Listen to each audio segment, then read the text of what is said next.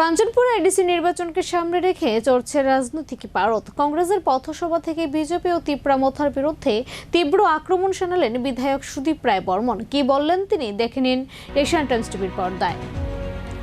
আসন্ন এডিসি নির্বাচনকে ঘিরে রাজ্যের রাজনৈতিক ময়দান এখন উত্তপ্ত। বুধবার কাঞ্চনপুর পেট্রোল পাম্প সংলগ্ন এলাকায় কংগ্রেসের উদ্যোগে আয়োজিত পথসভায় ভিড় জমায় সাধারণ মানুষ। ৩ নং দশদা কাঞ্চনপুর কেন্দ্রের কংগ্রেস প্রার্থী জ্যোতিব্রত দেবের সমর্থনে সভা থেকে বিজেপি এবং তীব্রামথার বিরুদ্ধে সরব হন বিধায়ক সুদীপ রায় বর্মন। কড়া ভাষায় সুদীপ রায় বর্মন অভিযোগ করেন, রাজ্যের মানুষকে প্রতারণা করে ক্ষমতায় টিকে থাকার চেষ্টা করছে এই দুই দল। উন্নয়নের নামে বিভ্রান্তি ছড়ানো হচ্ছে বলে দাবি করেন তিনি। এডিসি নির্বাচনের আগে এই ধরনের আক্রমণাত্মক রাজনৈতিক বক্তব্য যে ভোটের লড়াইকে আরো উত্তপ্ত করে তুলবে তা বলাই বাহুল্য।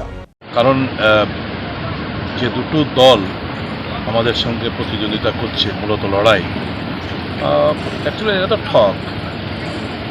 ঠগ আর ঠগ মিলে মহাঠগ হয়ে গেছে।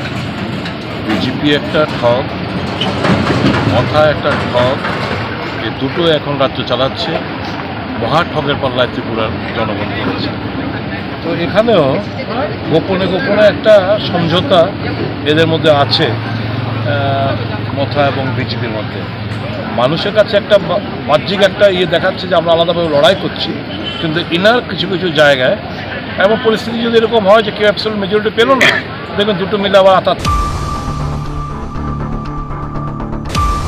जों बर'नो डिस्ट्रिबिउशन खायखा जे प्रासा बेकार तंनाय जदि अटो सालावै इनकाम खायनाय होननाय वानसनाय दङ बर'नो जों अनलाइन रेजिस्ट्रेशन खायरवै ग्रामीण बैंक बाय टाइ अप खायवै